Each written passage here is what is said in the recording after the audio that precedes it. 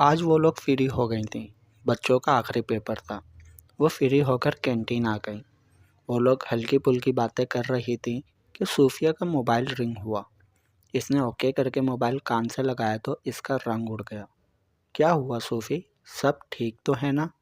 انہوں نے اس کو پریشان دیکھ کر کہا۔ دادو کو ہارٹ اٹیک ہوا ہے، اس نے روتے ہوئے بتایا۔ تو اب وہ بھی پریشان ہوئی۔ امی رضا بھائی کو بھیج رہی ہیں مجھے لینے، دادو مجھے بلا رہی ہیں۔ تم پریشان مت ہو، اللہ اپنا کرم کرے گا اور دیکھنا وہ بالکل ٹھیک ہو جائیں گی۔ دونوں نے اسے گلے لگایا اور تسلی دی۔ اس وقت وہ لوگ گیٹ کے پاس اندر والی سائڈ کھڑی تھی کہ چوکیدار نے انہیں رضا کی آمد کے بارے میں بتایا۔ صوفیہ ان سے مل کر گاڑی میں بیٹھ گئی۔ وہ جب تک اسپتال پہنچی صوفیہ کا رو رو کر برا حال ہو چکا تھا۔ رضا نے بھی اسے تسلی دی، لیکن وہ اس کی بات کو انسنا کر کے روئے جا رہی تھی۔ وہ اپنی دادو سے بہت محبت کرتی تھی۔ وہ اندر کمرے میں جہاں اس کی دادو کو رکھا گیا تھا داخل ہوئی۔ انہیں مصنوعی سانس دینے کے لیے وینٹیلیشن پر رکھا گیا تھا۔ وہ جلدی سے ان کے قریب گئی اور ان کے ماتھے پر بوسہ دیا اور رونا شروع کر دیا۔ اس کی دادی نے اپنا جھڑیوں زدہ کمزور ہاتھ اس کے سر پر رکھ کر رونے سے منع کیا۔ دادو نے اپنا ماسک اتارا تو اس نے انہیں روکا۔ انہوں نے نفی میں سر ہلایا اور آہستہ آہستہ اپنی بات کہی۔ میں تمہیں اور طلحہ کو ایک ساتھ دیکھنا چاہتی ہوں۔ اپنی بوڑھی دادی کی یہ آخری خواہش پوری کر دو۔ ان کی بات پر کمرے میں موجود افراد تڑپ گئے۔ انہوں نے تڑپ کر اپنا ہاتھ ان کے منہ پر رکھا اور نفی میں سر ہلایا۔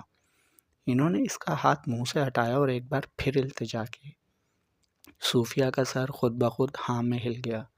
اس کی ہاں پر ان کے چہرے پر خوشی کی رمق آ گئی۔ پھر وہیں ہسپتال میں ہی ان کا نکاح پڑھوایا گیا اور وہ صوفیہ اکمل سے صوفیہ طلحہ بن گئی۔ نکاح کے بعد ڈاکٹر کے کہنے پر سب ان کے روم سے چلے گئے کہ وہ آرام کر سکیں۔ اس کی خوشی سمٹے نہیں سمٹ رہی تھی۔ یہ سوچ ہی کہ وہ طلحہ کی زوجیت میں آ گئی ہے اسے ہواؤں میں اڑا رہی تھی، لیکن ایک سوچ پر اس کی خوشی سمٹ جاتی کہ کیا وہ اسے اپنی زندگی میں قبول کرے گا۔ فاریہ اور آہلہ نے دادی کی خیریت معلوم کرنے کے لیے کال کی تھی اور اسے تسلی دی تھی۔ وہ اپنی زندگی کی اتنی بڑی خوشی اپنی دوستوں کے ساتھ شیئر کرنا چاہتی تھی، لیکن پھر کچھ سوچ کر وہ رک گئی۔ وہ ایک دفعہ طلحہ سے اس بارے میں بات کرنا چاہتی تھی۔ ایک دن انڈر آبزرویشن رکھ کر ڈاکٹرز نے سفینہ بیگم کو ڈسچارج کر دیا تھا۔ وہ ان سے بات کرنا چاہتے تھے، لیکن نکاح کے بعد وہ اسے دکھا ہی نہیں۔ آج اتنے دنوں بعد ناشتے پر اسے دیکھ کر ایک جھجک تھی جو اسے محسوس ہو رہی تھی۔ محبت تو وہ اسے کافی پہلے سے کرتی تھی، لیکن اسے تب جھجک محسوس نہیں ہوتی تھی۔ ناشتے پر بھی وہ اسے بار بار دیکھتی رہی، لیکن اس نے ایک دفعہ نظر اٹھا کر بھی اسے نہ دیکھا تھا۔ اس کے اس طرح کے رویے پر وہ بدگمان ہوئی، یعنی اس کے ساتھ زبردستی کی گئی تھی۔ وہ ابھی کچھ اور سوچتی کہ دادو کی آواز اس کی کانوں میں پڑی، جو طلحہ کو آج سے صوفیہ کو اسکول لے کر جانے اور لانے کا حکم دے رہی تھی۔ ایگزام کے بعد ایک ہفتہ انہیں آف ملا تھا۔ ایک ہفتے بعد وہ آج اسکول جا رہے تھے۔ طلحہ کو گاڑی میں بھی سنجیدہ اور خود سے بیگانہ دیکھ کر اس نے دل برداشتہ ہو کر خود ہی بات شروع کی۔ آپ کے ساتھ زبردستی کی گئی تھی؟ اس نے دھڑکتے دل کے ساتھ سوال کیا۔ اس کا جواب تو وہ بھی بخوبی جانتی تھی، لیکن وہ پھر بھی اس کے منہ سے سننا چاہتے تھے۔ اگر میں کہوں ہاں تو؟ اس کا دھیان ابھی بھی سڑک پر تھا۔ اس نے سوال کے بدلے سوال کیا۔ تو میں کہوں گی کہ اگر آپ کے ساتھ زبردستی بھی کی گئی ہے تو اس بات کو بھول کر اب اس رشتے کو دل سے قبول کریں۔ اس نے رسانیت سے کہا۔ دل سے ان رشتوں کو قبول کیا جاتا ہے جو رضامندی سے جڑے ہوں، نہ کہ زبردستی۔ اور میں تمہیں پہلے بھی کہہ چکا ہوں کہ مجھے تم میں نہ تو پہلے انٹرسٹ تھا اور نہ اب ہے، اس لیے مجھ سے اور اس رشتے سے امیدیں مت لگانا، میں پورا نہیں کر سکوں گا۔ اس نے اپنے الفاظوں سے اس کا دل توڑا۔ کیا آپ کو کبھی بھی مجھ سے محبت نہیں ہوگی؟ اس نے آخری کوشش کی۔ نہیں۔ اس کی آنکھوں میں آنسو دیکھ کر اس نے نظریں دوبارہ سڑک پر مرکوز کی۔ ایک دن آپ کو مجھ سے محبت ہوگی، اور آپ خود مجھ سے اپنی محبت کا اقرار کریں گے؟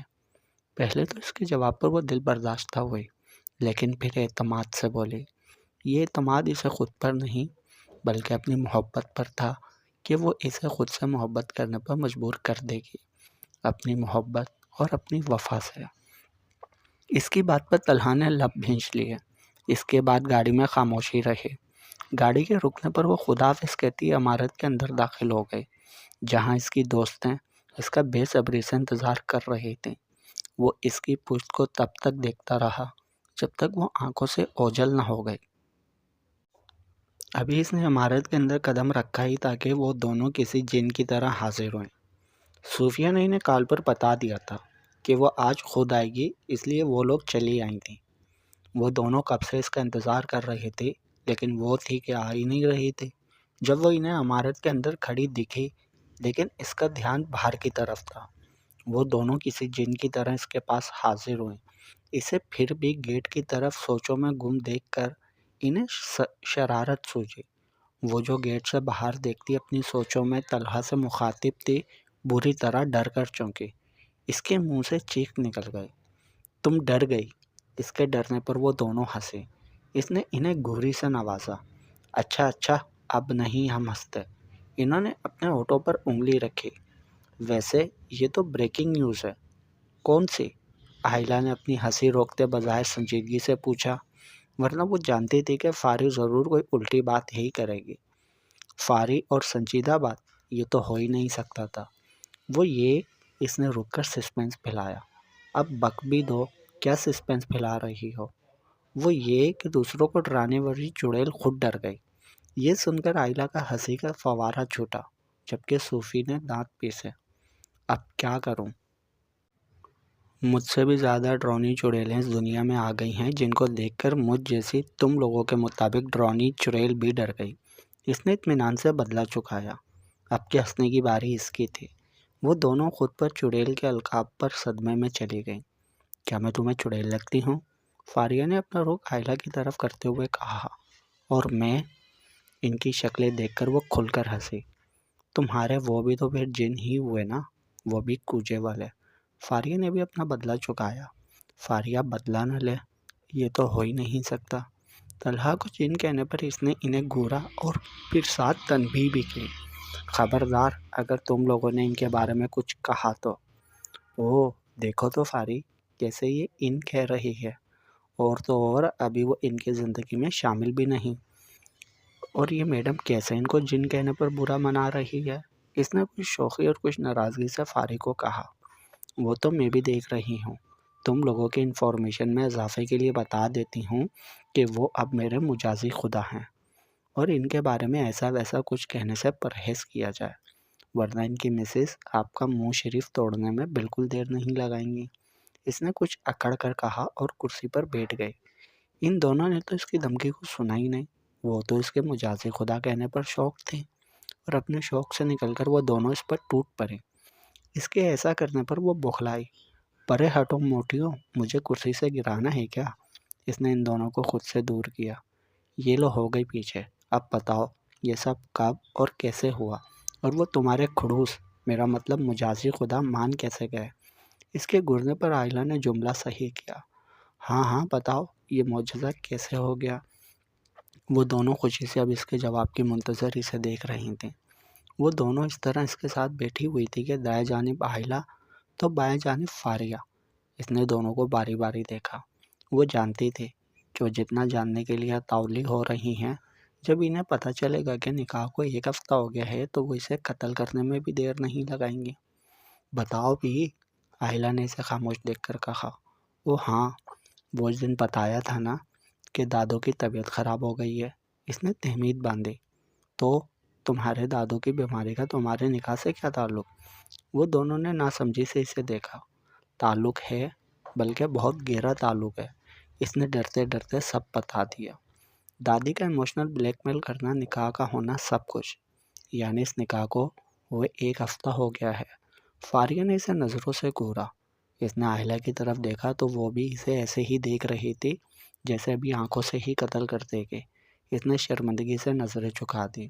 فاریہ کے اشارے پر آئلہ بھی اپنی کرسی سے اٹھ گئی۔ وہ جو ان کے رد عمل سے ڈر رہی تھی، ان کی خاموشی پر سر اٹھایا تو وہ دونوں وہاں تھی ہی نہیں، یعنی وہ اس سے ناراض ہو کر چلی گئی تھی۔ اس نے خود کو رچ کے کوسا اور پریشان سی ان کے پیچھے بھاگی۔ وہ دونوں اسے آئلہ کی کلاس میں بیٹھی ملی۔ وہ ان کے سامنے گھٹنے کے بل بیٹھی تو وہ دونوں نے ناراضگی سے منہ پھیر لیا۔ ناراض ہو؟ اس نے شرمندگی سے پوچھا۔ نہیں نا، خوش ہے، اتنا خوش کہ بھنگڑے ڈالنے کو دل کر رہا ہے کہ ہماری دوست نے ہم سے ہی اپنی خوشی شیئر نہیں کی۔ اس کا مطلب تو یہی ہوا نا کہ تم ہمیں اس قابل ہی نہیں سمجھتے کہ ہم سے اپنی خوشی شیئر کر سکو۔ نہیں فاری، ایسی بات نہیں ہے۔ میں تم دونوں سے سب سے پہلے یہ خوشی شیئر کرنا چاہتی تھی، لیکن حالات ہی کچھ ایسے بن گئے تھے۔ دوسرا، میں پہلے طلحہ سے اس بارے میں بات کرنا چاہتی تھی، اس لیے تم لوگوں کو نہیں بتایا۔ اس نے وضاحت دی۔ دیکھو فاری، وہ واقعی شرمندہ دکھائی دے رہی ہے۔ آئلہ نے اس کو شرمندہ دیکھ کر اس کی فیور کی۔ تو تم معافی چاہتی ہو؟ فاریہ نے پوچھا۔ ہاں، لیکن معافی تو تمہیں ایک شرط پر ہی مل سکتی ہے۔ اگر تم ہمیں ٹریٹ دو، وہ بھی زبردست والی اور ہماری بتائی گئی جگہ پر۔ اس نے شرط بتائی۔ ایک منٹ اور ہمارے جیجو سے بھی ملواؤ گے تب پوری معافی ملے گی، ورنہ نہیں۔ آئلہ نے شرارت سے اپنی شرط بتائی۔ ٹھیک ہے، وہ آسانی سے مان گئی۔ اب تو تم ہم میں سے نہیں رہی، آئلہ نے افسردگی سے کہا۔ کیوں؟ میں کیوں تم میں سے نہیں رہی؟ مجھے کون سا سنگ اگائے ہیں؟ اس نے دونوں ابرو چکھائے۔ سنگ تو نہیں اگے، لیکن اب تم سیاں جی والی ہو گئی ہو۔ فاریہ ہنسی۔ وہ دونوں اسے تنگ کرنے پر آمادہ ہوئیں۔ اچھا، اب تم لوگ بس بھی کرو، کب سے تنگ کیے جا رہی ہو؟ صوفیہ عاجز آ گئی۔ کب سے وہ اسے تنگ کیے جا رہی تھی۔ جب وہ پھر بھی باز نہ آئی تو اس نے انگلی اپنے کانوں میں ٹھونس لی کہ شاید وہ چپ ہو جائے، لیکن وہ بھی اپنے نام کی ایک تھی۔ مجال ہے جو انہوں نے اس کے اس عمل کا اثر کرتے ہوئے اسے چھیڑنے سے باز آئی ہوں۔ چھٹی کے وقت وہ لوگ گیٹ پر کھڑی نہیں تھی بلکہ طلحہ کا انتظار کر رہی تھیں، کیونکہ بقول ان دونوں کے اپنے آفیشل جیجو کو دیکھنے کا حق تو وہ لوگ رکھتی ہیں۔ انہیں انتظار کرتے ہوئے 5 منٹ گزرے تھے کہ صوفیہ کا سیل فون بجا۔ اس نے دیکھا تو موبائل پر طلحہ کا نام جگمگا رہا تھا۔ طلحہ کا نام پڑھ کر وہ دونوں معنی خیز مسکرائیں۔ جی طلحہ، جی ٹھیک ہے، کوئی بات نہیں۔ دوسری طرف سے شاید کچھ کہا گیا تھا۔ کیا کہہ رہے تھے طلحہ بھائی؟ اس نے فون رکھا تو آئلہ نے اس سے پوچھا۔ ایک ارجنٹ میٹنگ آ گئی ہے جس کی وجہ سے وہ مجھے پک نہیں کر پائیں گے، اس لیے کہہ رہے تھے کہ اپنی دوست کے ساتھ ہی آ جانا۔ اس نے افسردگی سے کہا۔ اس نے تو سوچا تھا کہ وہ اس کے ساتھ جائے گی، وہ اس سے بات نہ کرتا، لیکن اس کے لیے تو یہی کافی تھا کہ وہ اسے دیکھ سکتی تھی، محسوس کر سکتی تھی۔ اچھا نا، تم افسردہ کیوں ہو رہی ہو؟ انہیں کام پڑ گیا اچانک، اسی لیے وہ نہیں آئے، ورنہ وہ آ جاتے۔ اس کو افسردہ دیکھ کر فاریہ نے تسلی دی۔ چلو آج تم میری گاڑی کی سواری کرو۔ وہ تینوں گاڑی میں سوار ہو گئیں۔ گاڑی میں ان کی نوک جھوک بھی جاری تھی کہ اچانک گاڑی بند ہو گئی۔ آئلہ سوالیہ نظروں سے اسے دیکھا تو جواباً فاریہ نے کندھے اچکائے۔ اب کندھے کیا اچکا رہی ہو؟ باہر چل کر دیکھو کیا ہوا ہے تمہاری شاہی سواری کو۔ صوفیہ نے اسے کندھے اچکاتے دیکھ کر ڈپٹا۔ اس کے ڈانٹنے پر وہ برا سا منہ بناتی گاڑی سے نکلی اور گاڑی کا بونٹ اٹھا کر دیکھنے لگی، لیکن اسے کچھ سمجھ نہ آیا۔ اس کے پیچھے پیچھے وہ دونوں بھی گاڑی سے نکلی۔ کیا ہوا گاڑی کو؟ پتہ نہیں، کچھ سمجھ نہیں آ رہی، فاریہ نے پریشانی سے کہا۔ تو اب کیا کریں؟ آئلہ نے کہہ کر رستے پر نظر ڈالی جو دوپہر ہونے کی وجہ سے سنسان تھی۔ اکا دکا لوگ اور گاڑیاں ہی تھیں۔ لفٹ ہی لینی پڑے گی، فاریہ نے کہا اور لفٹ کے لیے سڑک پر نظر دوڑائی۔ ایک تو آج گاڑی والوں کی اسٹرائک تھی جس کی وجہ سے وہ لوگ بس یا رکشہ وغیرہ پر نہیں جا سکتے تھے۔ ایک دو گاڑیاں ان کے اشارے پر رکی بھی تھیں، لیکن ان میں لڑکوں کو جو کہ حلیے سے ہی اوباش دکھتے تھے، دیکھ کر انہوں نے ان سے لفٹ نہ لینے میں ہی عافیت جانی۔ انہیں آدھا گھنٹہ ہو گیا تھا راستے پر کھڑے، لیکن ابھی تک کوئی شریف گاڑی والا نہیں ملا تھا۔ یار میں تھک گئی ہوں، اب مجھ سے اور نہیں کھڑا ہوا جاتا۔ فاریہ نے سڑک کنارے بیٹھ کر ٹانگوں کو دباتے ہوئے دہائی دی۔ کھڑا تو ہم سے بھی نہیں ہوا جا رہا، صوفیہ نے بھی کہا۔ آئلہ کی بھی حالت کچھ اچھی نہیں تھی، آج ان کی قسمت ہی خراب تھی۔ آئلہ نے شیروز کو 2-3 دفعہ کال کی تھی، لیکن اس کا موبائل شاید سائلنٹ موڈ پر تھا، جو وہ اٹھا نہیں رہا تھا۔ اب وہ تینوں سڑک کنارے چوکڑی مار کر بیٹھ گئیں۔ فاریہ نے بیگ سے کچھ لیز نکالے اور ان کو دیے۔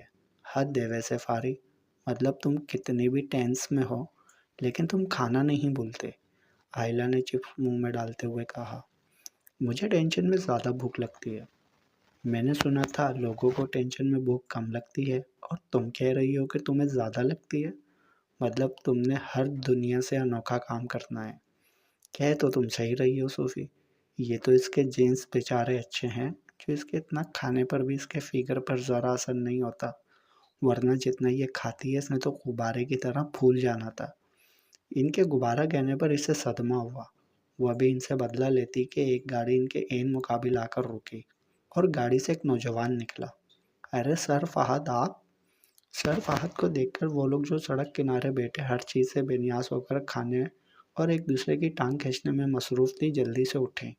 اب انہیں شرمندگی ہو رہی تھی کہ سر فہد نہ جانے ان کے بارے میں کیا سوچ رہے ہوں گے، کہیں یہ نہ سمجھ لیں کہ وہ بھیک مانگنے کا پارٹ ٹائم جاب کرتی ہیں۔ جی میں، آپ لوگ یہاں اور ایسے کیوں بیٹھی ہوئی ہو؟ اس نے ان کے بیٹھنے والے انداز کی طرف اشارہ کیا۔ کہیں آپ یہ تو نہیں سمجھ رہے سر کہ ہم بھیک مانگ رہی ہیں؟ اگر ایسا کچھ سوچا بھی ہے تو تصحیح کر لے، ہم یہاں بھیک مانگنے کے لیے نہیں بیٹھے تھے، بلکہ اس لیے بیٹھے تھے کہ ہماری گاڑی خراب ہو گئی تھی اور لفٹ نہیں مل رہی تھی، اس لیے ہم لوگ کھڑے کھڑے تھک گئے تھے، اس نے تفصیل سے بتایا۔ نہیں، میں ایسا کچھ نہیں سمجھ رہا، اور ویسے بھی اتنی خوبصورت لڑکیوں کو دیکھ کر کون کافر بھیکارن سمجھے گا؟ سر فہد نے ہنس کر کہا۔ شکریہ سر ہماری تعریف کے لیے۔ وہ دونوں تو خاموش کھڑی تھی، کب سے فاریہ ہی بولے جا رہی تھی۔ اس کے بنا بات کے ہانکنے پر آئلہ نے اسے کوہنی ماری اور اشارہ کیا کہ فضول بولنے کے بجائے مدعے کی بات کرے۔ اس کے کوہنی مارنے پر اس نے اپنی زبان کو فضول گوئی سے روکا اور اس کے اشارے پر سر فہد سے لفٹ مانگی، جس پر انہوں نے ہاں کہا۔ سب سے پہلے انہیں آئلہ کو اتارنا تھا۔ آئلہ نے ایڈریس سمجھایا اور چپ کر کے سیٹ سے ٹیک لگا کر آنکھیں مون لی۔ گھر آنے پر اس نے شکریہ کہا اور گاڑی سے نکل گئی۔ وہ دل میں دعا کر رہے تھے کہ کوئی اسے دیکھ نہ لے، نہیں تو 100 سوال جواب ہوتے اس سے۔ کمرے میں آ کر اس نے شکر کا سانس لیا کہ کسی نے نہیں دیکھا تھا۔ اسے الجھن ہو رہی تھی، وہاں گرمی میں کھڑے ہونے سے پسینے کی بدبو بھی آ رہی تھی۔ اس نے کپڑے لیے اور واش روم میں بند ہو گئی۔ اسے نیند نہیں آ رہی تھی، اس لیے وہ لان میں چہل قدمی کرنے لگی۔ شیروز اپنے کمرے کے ٹیرس پہ کھڑا تھا۔ اسے دیکھ کر اسے مس کالز یاد آئیں جو وہ موبائل سائلنٹ پر ہونے کی وجہ سے دیکھ نہیں پایا تھا۔ اس نے بھی نیچے کے لیے قدم اٹھائے۔ تم اس وقت یہاں کیا کر رہی ہو؟ اس نے آئلہ کے ہم قدم ہو کر کہا۔ وہ تو ہمیشہ اب اس کے ہم قدم چلنا چاہتا تھا۔ اس نے آواز پر دیکھا تو وہ اس کے بالکل ہم قدم تھا۔ کچھ نہیں، بس ویسے ہی نیند نہیں آ رہی تھی تو سوچا کچھ دیر لان میں چہل قدمی ہی کر لوں۔ صحیح۔ دوپہر کو تمہاری مس کالز آئی تھی جو کہ میں پک نہیں کر سکا۔ سب خیریت تھی کہ تم نے مجھے کال کی؟ بعد میں نے ٹرائی کیا تھا لیکن تمہارا موبائل آف جا رہا تھا۔ جب اس نے اس کی مس کال دیکھی تو اسے پریشانی ہوئی کیونکہ آئلہ نے کبھی اسے کال نہیں کی تھی۔ اب اس نے کی تھی تو یقیناً کوئی پریشانی پیش آئی ہوگی، اسی لیے اس نے کی تھی، لیکن اسے کال بیک کی تو اس کا موبائل آف جا رہا تھا۔ جی وہ فاریہ کی گاڑی راستے میں خراب ہو گئی تھی، اس لیے کال کی تھی، اور موبائل کو بند کر کے میں نے چارجنگ پر لگایا تھا، شاید اسی وقت آپ نے کال کی ہوگی۔ تو پھر تم لوگ کیسے آئے؟ کیا کسی سے لفٹ لی تھی؟ جی ہمارے اسکول کے میل ٹیچر ہیں سر فہد، انہوں نے ہی ہمیں ڈراپ کیا تھا۔ سوری، تم نے مشکل میں مجھے یاد کیا اور میں تمہارے کام نہیں آ سکا۔ کوئی بات نہیں۔ کافی دیر باتیں کرنے کے بعد، جو کہ زیادہ تر شیروز ہی کر رہا تھا، وہ اس کی بات کا صرف جواب دے رہی تھی۔ آئلہ سونے کے لیے چلی گئی۔ شیروز پیچھے چاند کو دیکھ کر مسکرایا۔ صوفیہ جو ہی گھر پہنچی تو بانو چچی نے اسے دادی کا پیغام بھیجا۔ وہ بیگ رکھ کر فوراً ان کے کمرے میں پہنچی۔ جی دادو، آپ نے بلایا تھا مجھے؟ طبیعت تو ٹھیک ہے نا آپ کی؟ اس نے فکر مندی سے پوچھا۔ ہاں میں بالکل ٹھیک ہوں۔ کیا میں تمہیں بغیر کام کے نہیں بلا سکتی؟ انہوں نے اسے اپنی طرف سے مطمئن کیا۔ نہیں دادو، آپ جب چاہیں مجھے بلا سکتی ہیں۔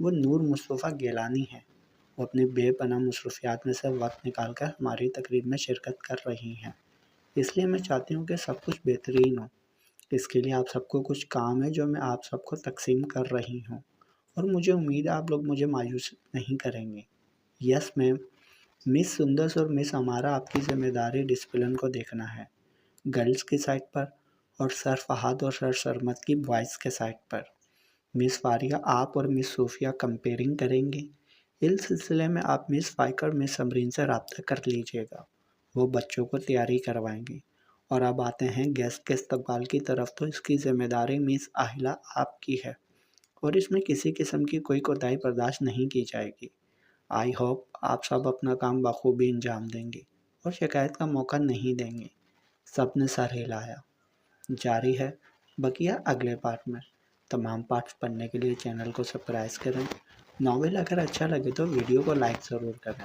کمنٹس میں اپنی رائے بتائیں، یہ ناول آپ کو کیسا لگ رہا ہے۔